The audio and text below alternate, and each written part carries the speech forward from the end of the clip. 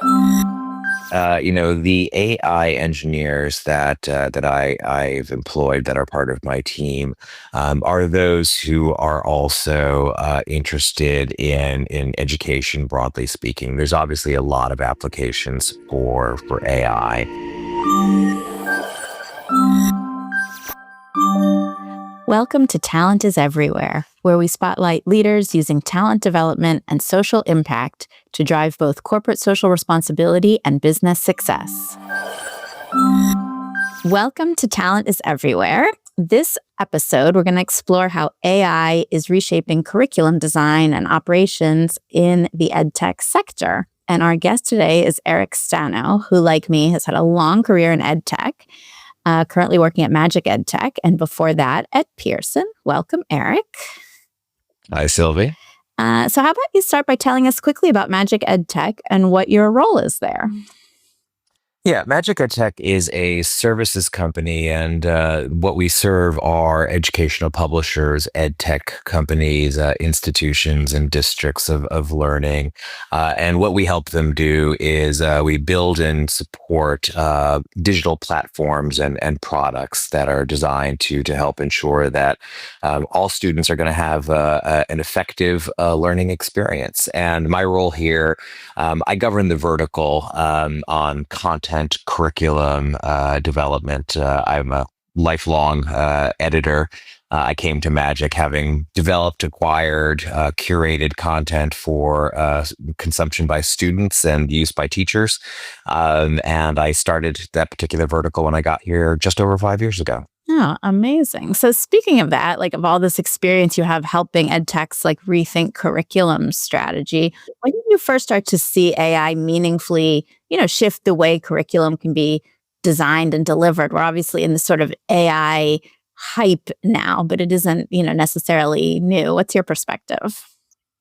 Well, it came over the transom for me about just over 3 years ago, and I greeted it, I'll admit, pretty skeptically. I had been, as I said, an editor across a series of disciplines for the better part of 30 some odd years.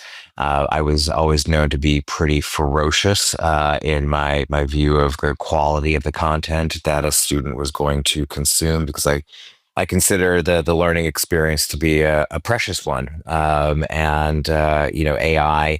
became a thing for me in 2022. And like I said, I did not view it happily, although I have become not simply a convert, but a little bit of an evangelist on its potential to contribute to the learning process and content development thus far. Yeah, so maybe you can tell us a bit more about that, whether it's in your current job or, what are the effective places that AI can support instructional design workflows? And also I would love to hear some specific examples with clients or projects. We can all imagine, we all use ChatGPT. We all get how these LLMs help us write things. I would love to hear concrete examples. Sure, absolutely. No, in fact, a lot of people will talk to me about AI and they'll reference their own use of Chat GPT, and I'm just imperious enough to think, oh, you Philistine, you have no idea what AI can do. So just to give you an example, and maybe I'll just back up and describe a little bit about what my job involves. What my team and I do is really, this is a little reductive, but we develop content and courseware for our partners. So somebody can come to me and say, I need a new course in algebra for this grade level, or I need a new course on electric vehicles. It can be really almost anything. And what my team and I do is actually develop that content. We think about the students who are going to consume it, the objectives of that particular course setting, whatever that course setting might be. And then we go about engaging in what in many respects is a traditional publishing operation. We create and referee and release that content and hope that it is going to produce the best possible outcomes for students. So it's at its heart, it's really a publishing enterprise. And again, we get those kinds of requests from the grand to the mundane, from the big to the small. So it's really all over the map. But the one commonality it is that it is for student consumption, if not a teacher aid. And the way in which AI has changed that, my team has traditionally been populated by former educators, writers, subject matter experts, instructional designers, and the like. And about 3 years ago, I added to that team AI architects and engineers, and that's where we began to change the calculus of how we would go about meeting the requirements of any of our partners who came to us and said, "I need a course in social studies or what have you." What has changed is that we are able to achieve a great deal more scale much more quickly and really improve the quality of what we are doing at a much lower cost. And that's sort of the punchline of the story I'll give you here. But what now unfolds is that when our partners come to us and they make a request, they have requirements of what they want to see developed.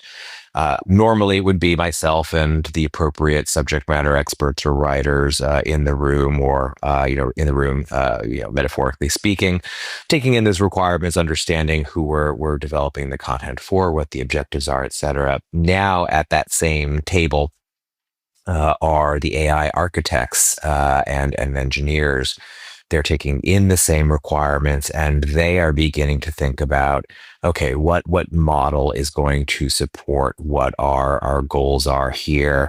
They begin thinking about any requirements relative to the code that needs to be executed.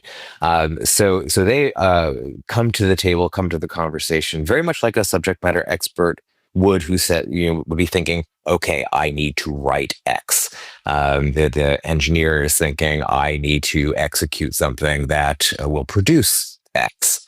And then the fundamental change that takes place is that we begin with a dialectic between the subject matter expert and the engineer. And there is an iterative process, again, not unlike a regular recursive writing process, but that iterative process is taking place between an engineer and a subject matter expert, wherein the engineer is producing sample content. The subject matter expert is commenting on the patterns that they see, the details that tethered to those patterns, and they are engaged together in that iterative process up front. And that is how we eventually get to the point where we achieve scale, is that there's a collaboration and a real dynamic and dialogue between an engineer who's using an LLM and a model and code that they may have developed. They're doing their work in collaboration with a subject matter expert, who in this case, rather than developing all of that content out of whole cloth as they would have, are actually, they're receding. And by using the word recede, I don't mean they're becoming less important, but they're moving to the position of an editor, a steward of that content. And it is by virtue of that perch that they're actually able to ensure that the quality of that content is really superior, because they are not burdened by the tyranny of the blank page and having to create out of whole cloth every word that ends up on that page. They are there to really, manage it, massage it, treat it in the right way with the perspective of a good editor to ensure that it achieves that much higher quality. Yeah. Oh, that's so interesting. Gosh, I thought of lots of things while you were, telling it. Because on the one hand, you think, Well, I talked for a good long period of time, so apologies for the length of my answers. no, but it was like clear and long. And because the one thing I would think is like, oh, if you're the subject matter expert, maybe you're kind of mourning or regretting that your role is sort of less, and that, part of the scale, you're having less hours. But then I see on the other side, what a joy to be able to step back and sort of think. I mean, I think, I was in finance for a long time, and I, mired in excels. Like, it's a joy if the Excel is already there, and then what you're doing is like fixing it and improving it rather than having to look at a blank page and kind of rebuild the same thing you've done 20 times before. Yeah, precisely. It removes certainly it removes AI. Removes the requirement of the certainly the more rote aspects of things, but it also, in many more complex and nuanced ways, really provides. Um, a lift, an acceleration. I occasionally refer to it as an accelerant, which people react to thinking I'm setting the house on fire. But it actually does move the needle and give.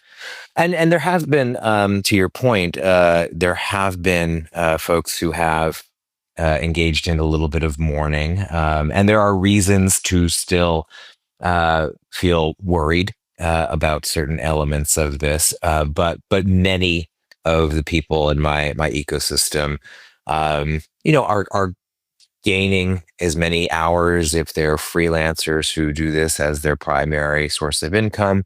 They're still profitably employed because one of the things that I've learned in 3 years is that AI cannot operate independently. And anyone who is using AI and is not having oversight by humans isn't ultimately doing their job right. There needs to be oversight. There needs to be that stewardship and that partnership in order to produce the right outcomes. Yeah, which brings me like to my next thought, which is like around risks, like other than, I guess, sort of the obvious risks that if you just left, a LLM on its own to just hear a prompt and build something, I mean, clearly it needs to be, reviewed by a person. Beyond that, what other risks are you seeing and how are you mitigating them? Yeah, the risks, again, AI when it's operating on its own, I think this is common knowledge at this point, but it has a tendency to hallucinate. So, there's the possibility, often grave, but oftentimes not terrible, but there, nevertheless, of errors, and certainly errors of fact are things that you never want to land in a student's head. We have enough of that to deal with in the real world, outside of the educational context. So certainly you want to evade that. There are also issues of bias. Despite all of the press, despite all the conversations, despite how much many of my more technically schooled and capable colleagues are, AI in many respects is still a black box. People don't know why it behaves the way it does. And that comes with the risk of bias. One of the reasons I joined Magic, one of the reasons I've had the career I've had in publishing is, Magic's goal and the thing that animates me is this notion of, in developing content or educational products, it's the idea of putting achievement within reach of every student, giving every student an equal chance to succeed. And that's what animates me. It's what gets me out of bed in the morning. It's why I create the content I do, to give every student that opportunity. If you are ignoring the possibility of bias, which can be subtle but insidious, then you are not doing right by the student. So there, you really need a steward who is looking for that. So people, the subject matter experts with whom I work are not simply massaging this into the most exquisite educational experience possible or the most engaging educational experience possible, although they are doing that and they are ensuring that the objectives that a student needs to achieve are going to be achievable by virtue of the content that is there. But they are also looking for the way in which instructional content, the way in which assessment items, et cetera, are presented, to ensure that there's no cognitive blockers being introduced. There's no, just inherent bias in the way things are phrased or the way things are contextualized or couched or what have you. So that's one of the real dangers that I see, which folks may not be immediately aware of, is you just don't know the perspective of the people who created the AI at the time. When we talk about Grok, that Elon Musk's AI chatbot, the perspective and vantage point of that particular application is pretty well known. But for some of the more commonplace ones that are situated differently, people just don't know. So it requires somebody to be, a good watchman. Right. And it's also, I guess, the counterpoint of that. It's like also an opportunity, like just in terms of like personalization of learning. And then maybe, we're always, as humans, we are biased. Like that's just the way that we are. And so maybe almost this is like an opportunity to help us think about, the unconscious bias that we, bring to things anyway, that because we've got a machine, it's kind of forcing us to look in the mirror. Yeah, precisely. There is that sort of metacognitive conceit that's in play here, because one does have to, in evading bias at any point, assessment writers really need to think very carefully about that. And yeah, this just makes the entire enterprise that much more important, and it puts it that much more front and center. And then how, like you onboarded these AI engineers like into these curriculum teams working with these subject matter experts. Like, do you have any advice or just thoughts on like culturally what you had to change, like what advice you gave, what worked right? Like how did you make that partnership successful?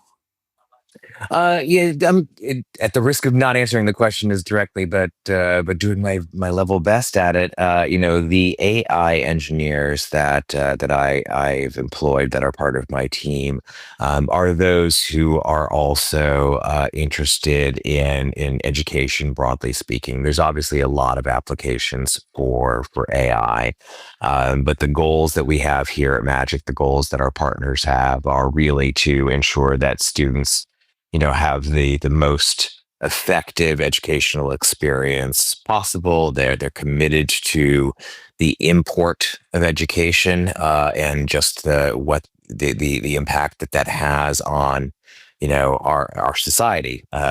Developing good citizens.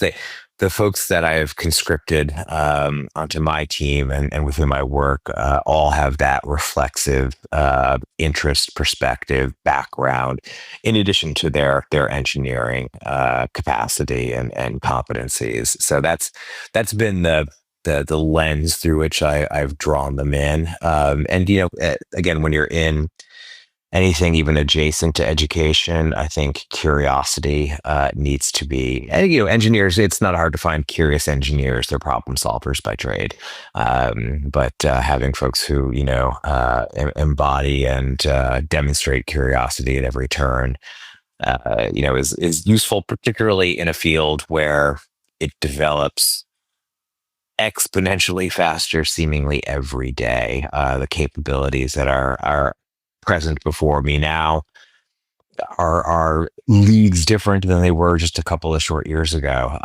It's amazing every day to see what AI can accomplish, and every time I see a new innovation like that, it only perhaps ironically redoubles my commitment to the idea that a human needs to be providing oversight with it as well. Oh, that's so interesting. And so maybe like, how do you like just in concrete terms, like in terms of how AI is like accelerating curriculum development? I don't know if you have in your head, an example of where it really helped you build something faster. And if you can give us some numbers, like before it would have taken me X time with X number of people, and now we're able to achieve this new thing. Like, I'm just interested in how it's working and what surprises you.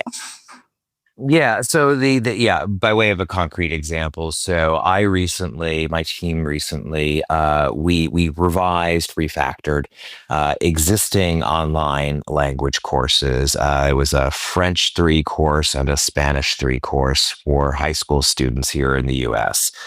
So these are students who had, taken a couple of semesters of Spanish or French and had reached the conclusion of their high school career. So this is where, the French and the Spanish that they're learning gets, for lack of a better term, more complicated. There's cultural conceits in play, and what we were grappling with were courses that were very old. They had been around for really a couple of decades, and just the pedagogical approach was a little bit out of sync with the way languages are taught now. Also, when you're dealing with languages, you're dealing with 4 sets of competencies: reading, writing, speaking, and listening. So the approaches to executing that content is that much more challenging because you're trying to get various skills in play. You're also dealing with a couple of different languages. You're dealing with it in a more complex, at a more complex tier. And so there's just a lot going on there, and they're sprawling courses in and of themselves. That effort, if I had two concurrent teams simply revising those courses, would have easily taken the better part of a year and a half to do. And we were able to execute both within 4 months I would say skeleton team. That's a little reductive. I still had 5 subject matter experts on one, 5 on another, but the amount of time they had to spend, in refereeing and editing and overseeing the content was infinitely less than they would have been spending. And at one point we had a metric that at the very beginning, because it's an iterative process right up front, so you're spending a lot of time really just massaging the content that's coming out of AI, which is a good analog for the amount of time it might have been to create, a similar amount of content sort of on your own. Yeah, at the outset, they were spending per lesson in each of these. The subject matter experts were spending 18 to 24 hours on just massaging and editing and commenting on and reporting on the patterns of each lesson. By the end of that, by the end of the process, it was a couple hours of time. So their time dramatically reduced, and that's where we were able to. Subject matter experts are the expensive participants in any of these processes. So by virtue of that, their time coming way down over a course of a much shorter period was what enabled us to pass along the savings to our client.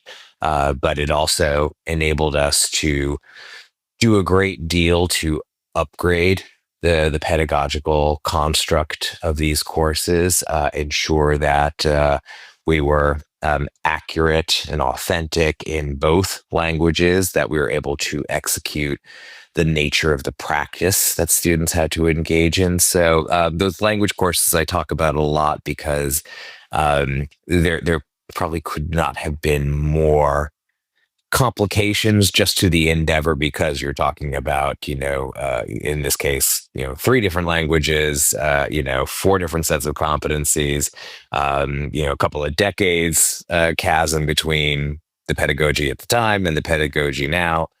So there are just a lot of factors to consider. And like I said, we were able to execute and have gotten really good feedback from teachers in the market. One of the things that I don't always get, but always covet, is when my partners, my clients, report back how the market has received the work that we've done. And there we got a lot of pretty effusive praise coming back our way. The teachers themselves recognized the quality and the difference, and pass that along Oh, that's to amazing. the publisher. That's like huge. Yeah, just time saving. Yeah, just to be able to move something quickly. And sometimes our bias, well, you were saying that a little bit, like that you're now like all the more convinced that we need like human interaction. So on the one hand, it's like, oh, the AI has a quality gap that needs to be checked. But on the other hand, it's almost creating something better because it's moving faster. You're able to update. You're not feeling like it's 1985 when you're reading about, language courses. They're always talking about things that you would never speak about in your normal life. Well, the fact would be like, much more up to date. And so what do you mean when you say like it's really important that we have like a human review? Well, I think again, the human review, and given the space that humans are now able to obtain in these processes by virtue of how much of I don't want to say grunt work, but the yeoman-like work that the AI can do, it is more important for the humans to be there to, one, catch the errors of fact, catch the hallucinations, seek out and rid anything of bias, but it also leaves space for much more creative, authentic thinking and execution of that. One of the things that I've been laboring to say, and I actually end up talking about this at conferences a lot, is that in a world where AI is clearly going to be a part of everyone's life in many and manifest ways, the skills that are going to be required to be good citizens of the world are those skills that you learned. And I'm always proud to say I was one of these as a humanities student: critical thinking, judgment, ethics. There are, creativity. Those more soft skills, those more ephemeral skills are going to be the things that are going to enable people to be successful in a world where AI can do an awful lot. It's going to be those who have the judgment, who have the ethics, who have the creativity, are able to think skeptically and critically. Those are the people who are going to be successful and good citizens of the world, et cetera. So in the context of developing educational content, the AI, and I've seen many examples where this is not true. But if you've ever written a little something using AI, it's just something pro forma you didn't want to spend a lot of time on, but you knew you had to do it. You knew it had to be written. You have Chat GPT or something do this. You can see that the writing itself, is pretty soulless. So there is ample room for human creativity. There's really no substitute yet for human creativity. And I was about to say, even in an educational space, but really it has to be in an educational space where engagement and inspiration and delighting a student are such critical factors to whether they're going to be successful. One cannot leave it to the soulless, engine of an LLM, which I'm sure has multiple infelicities that your listeners would probably freak out about hearing. But hopefully you get my meaning. No, that totally makes sense. And I wonder your advice. I mean, you can even give advice to me, like for a company that wants to accelerate the use of AI in curriculum. We're a company that started much as a marketplace model where our full catalog is working with learning providers. And now we're starting to have clients that have really specific learning needs. Plus, we're finding just from an economic model, it makes more sense for us to have a catalog of courses, especially for, sort of less specific, less technical topics around soft skills and around. We work with a lot of gig companies. So we have bespoke courses all about how drivers should behave. Anyway, and so we are working with subject matter experts to build out, a curriculum. And of course, we're using AI to help us with that. And your advice, like what we or someone should prioritize first, what we should avoid, how to approach this kind of project. Right. I think, well, if I could broaden it out a little bit, I think keeping some of what I said about the nature of the engineers that I am working with, keeping that in mind of the curious, the interested in the educational enterprise and education broadly speaking, finding somebody in the engineering space, somebody who could be an architect, who is also not simply a capable engineer, but somebody whose curiosity fuels them to look for what's coming next and fuels an experimental attitude, because there are so many new capabilities and possibilities with AI coming online every hour of every day. You want somebody who is forward looking so as to enable your team to be as nimble as possible and capitalize on the capabilities that are available, but somebody who's also skeptical and aware of the idiosyncrasies and the flaws in some of these innovations. You'll often hear big pronouncements, in the media about, X model can do this and that, blah, blah, blah, blah, blah. And people are amazed just by the seeming proficiency of even the AI slop that we're confronted with in social media. But if you have somebody who not only is aware of what's coming, but where it succeeds and fails, so you can have that critical eye in the mix.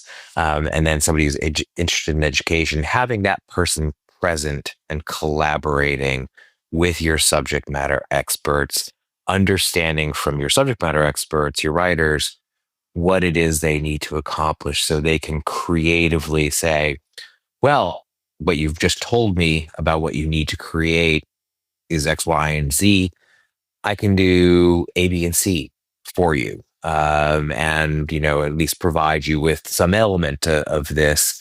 Is that going to help accelerate your efforts? Is that going to help save you a little bit of time?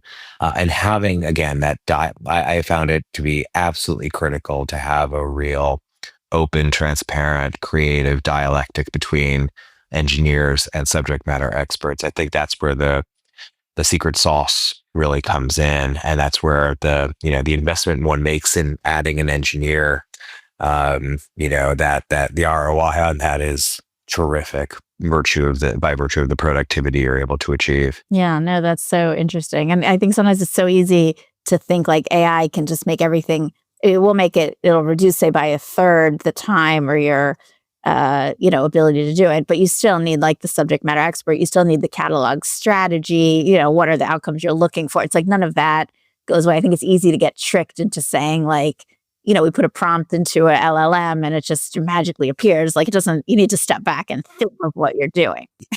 Yeah, and that I'm sure there's some apt medical analogy for, you get a cut and you're like, oh, I'll just stitch that up myself. And like, no, you don't really want to do that yourself. And Chat GPT, I mean, it really, all of the capabilities have really democratized our access to AI, but you still, to my mind, want somebody who is more expert in that arena. Again, they are expert at certain elements of this. I think of another project that we had, just by way of giving you a concrete example. We were conscripted by a company that had its educational assets, 6,000 of them, videos, audio files like podcasts, what have you, textbooks, online courses. There were 6,000 assets.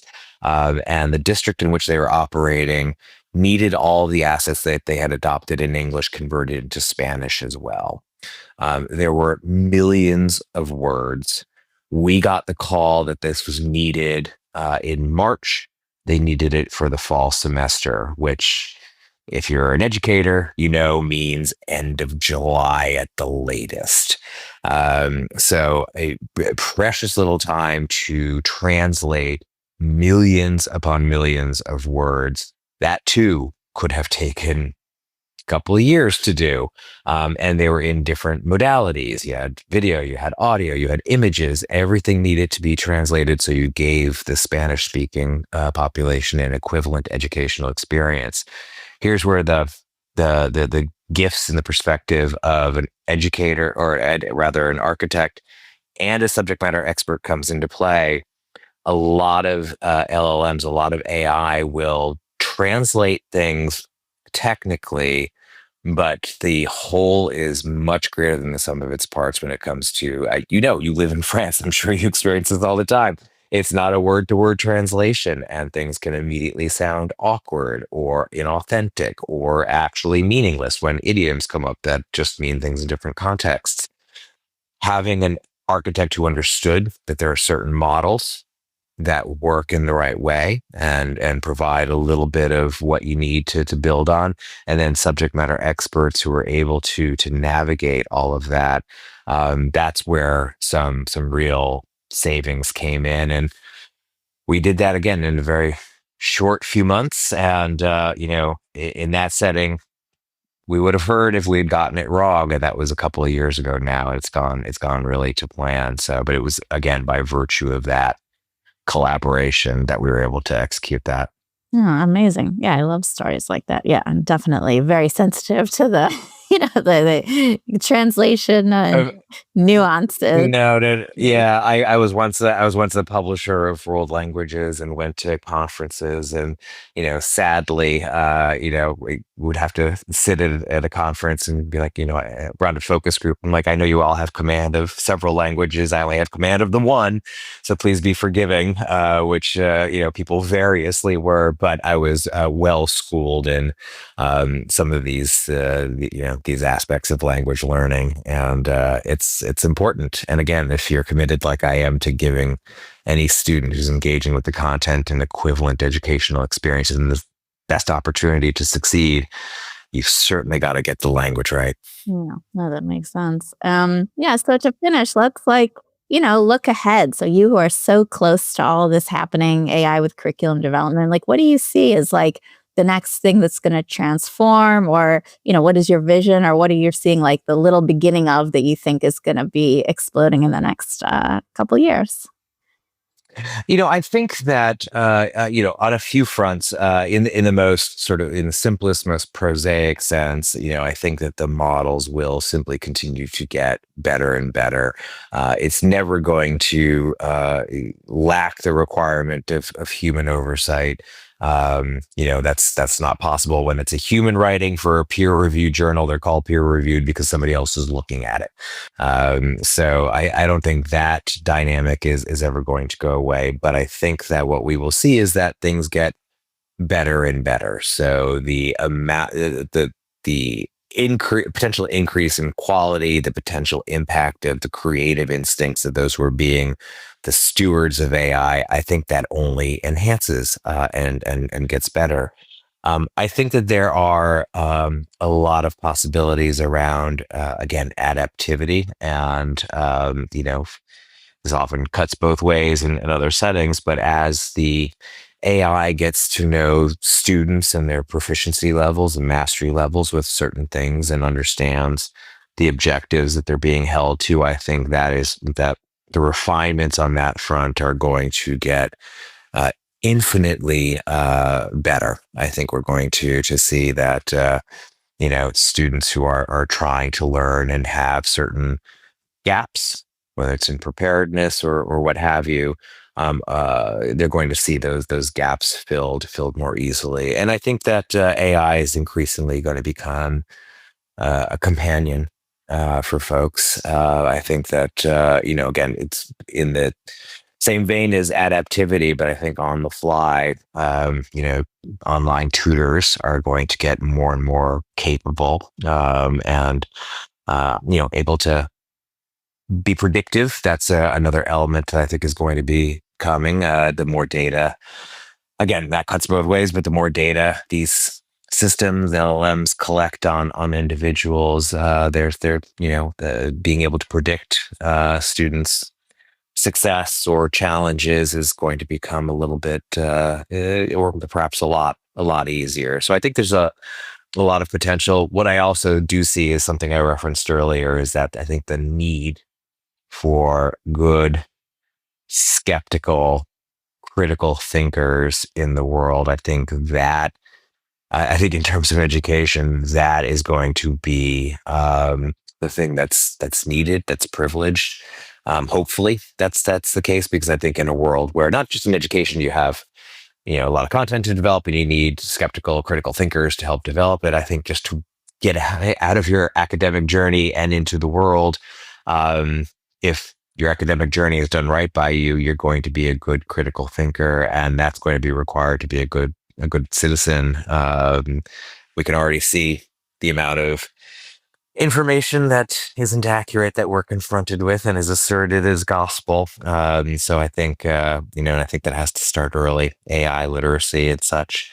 But I think in terms of changes that are coming, the emphasis on that is going to be, much, much greater. There was a point in my early adult life, or maybe mid adult life, where I thought to myself, I'm like, why didn't I just, become a lawyer, or go develop, some skills in coding or something, these real areas where, the people who have these skills, they have good jobs and look successful.